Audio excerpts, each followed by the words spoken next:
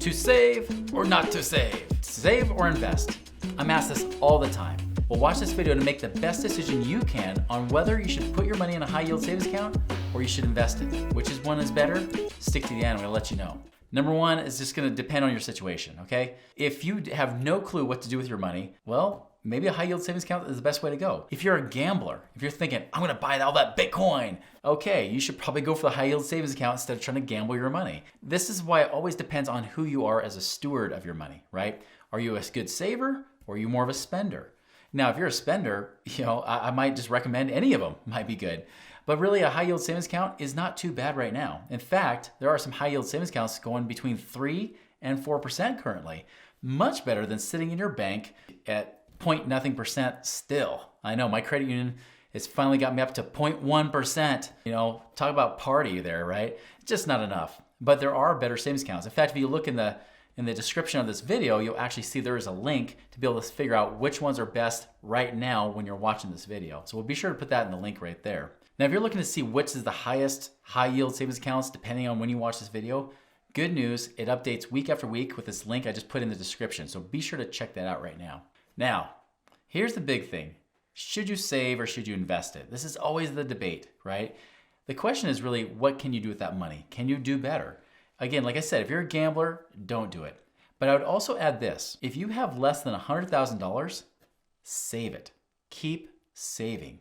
Many times people think, I've got $5,000 or $10,000. Let's make some money on this. Well, here's the deal, guys. Like real investments, not like the fake crappy ones or the ones that are like the Madoff Ponzi scheme type crap that you hear out there. There might be some of those deals out there saying you make 3% a week or 10% a month, and all this kind of junk. Those things will get shut down one way or the other. You're gonna lose all your money in those, okay? I'm just gonna tell you that right now. If it sounded too good to be true, it definitely was. And in my history of the 20 plus years in this business, every single one of those things shut down. However, most of the time, if you're looking at around 10%, maybe more, but usually around 10% is the kind of things that we look at when we look at buying certain investments, especially in the Main Street versus Wall Street space, the alternative investment like real estate.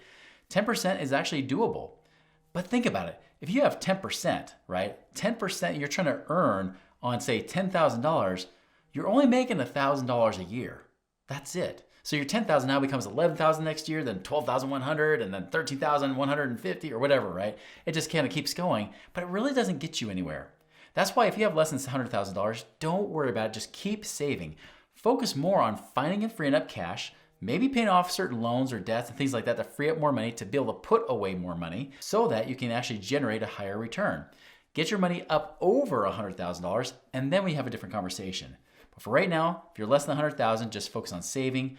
If you're worried about not making a lot of money, like I said, there's always those high yield online savings accounts, or you can even look into infinite banking, which we've got a whole playlist on our channel talking about how you can use infinite banking, like whole life insurance, to be able to save up and earn tax-free returns at more than 0.nothing% like you get in the bank. So you can definitely check those out as well. Now, if you have more than $100,000, now we're talking about doing some other stuff. Again, if you're just gonna gamble the money, don't do it, right? We don't want you to go and do that. I'd rather have you just put it in savings, not lose anything, than try to go and gamble with your money. But if you're not a gambler, because I'm not a gambler, I'm very low risk. I'm very, very conservative. More conservative than any of you if you have a 401k.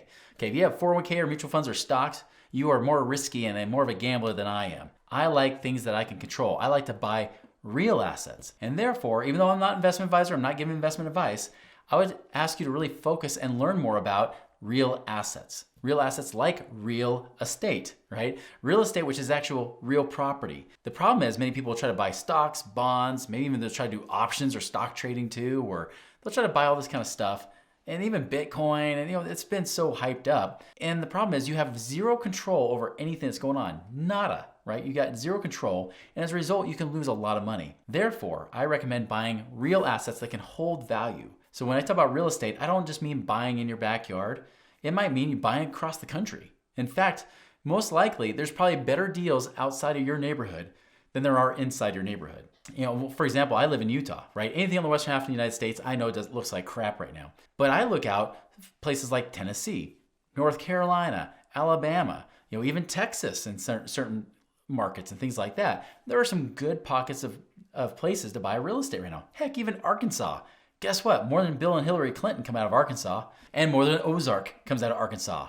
Heck, No, there's lots of good stuff. There's lots of opportunities available that can pay you great money. Buy real assets because one, we want to make sure we protect the money you have. And then two, even more important, they can create passive income for you right now. Here's the good news. You don't have to do it alone, right? You could actually go and either one, find like turnkey real estate companies that will actually help you find the properties and then sell it to you, and then even give you a property manager so you don't have to do any of the hard work. So you could do that. You can go and invest in apartment buildings by pooling your money with other investors in things like syndications. You can even do funds. Sometimes those funds might be investing in different types of properties where you get to be more diversified. Sometimes those funds will, focus on lending money, where they might lend to other real estate investors where they're paying you back like you're the bank. So you could do that. There are so many ways to do it. You buy self-storage units. There's even oil and gas type of investments where you can actually own the land and get the mineral rights off of it. So they're paying you for the use of the land and they're paying you when they make money. It's awesome. You get the double dip on that. There's all kinds of things to do with raw land. There are so many things you can do in the real estate space or variations of real estate that you can make a lot of money. And those are the kind of things that we look at for a lot of our clients is how we can buy real assets that you can control the returns and a lot of times get double-digit returns, 10% plus in many, many cases. Now, the other thing you can invest in is education. Like I said, if you don't know what you're doing, maybe the best investment is just to go and start educating yourself. If you're here, congratulations. We got lots of videos on this topic, give you tons of education for hours and help you really understand and learn what this world is. If this is your first introduction to alternative investments and things like that, you could definitely do that. You can read Rich Dad Poor Dad by Robert Kiyosaki, which is a great book. There are so many options out there, so much education available these days, way better than it was when I started investing. So much better, and allows you to be able to get that confidence and that certainty saying, listen, I can now see it, I can make it work. But the truth is, well, why not do both, right? Why not get better educated and look at buying real assets too? Look at ways to actually do it and do it right. Like one of my mentors used to teach me, they said, it's not about working harder, it's not about working smarter, it's about working right. To work right, it requires you to have the right people that are really doing it today. They're successful today. They've been there, they've done that, and they're still doing it, and they're making it work. Education is so important, and having a community of people around you is even better. That's why we have a Money Ripples community to help people get educated, learn from each other, but also learn from us, where we have that kind of experience. And even the people that I have in my network, I have so many, over 20 different investment people, operators, and investors that actually understand this world, have been around the block quite a bit. They've been through multiple recessions and know how to make it work no matter what economy we're in at that point. That's the thing you guys can do. So anyways, I just want to summarize really quickly. If you're really trying to debate whether I want high yield savings or I want to invest it, it really depends on you and your situation. If you need more education, keep getting educated. Keep focusing on that. If you have less than $100,000, don't even worry about investing it. Save it up. Save in these online savings accounts or use infinite banking. But if you've got more than $100,000, especially if you're getting up to a couple $100,000 or more between stocks, bonds, savings, old 401ks and IRAs and things like that. By the way, did you know you can invest in real estate with IRAs? Pretty cool, huh? You can do all of those things. If you can do that, then you may want to start looking at real assets to buy, creating passive income each and every month or each and every quarter. That's the key you want to do. So guys, if you thought this video was very valuable, check out this next one, which is really interesting, which is how to invest in stocks as a teenager.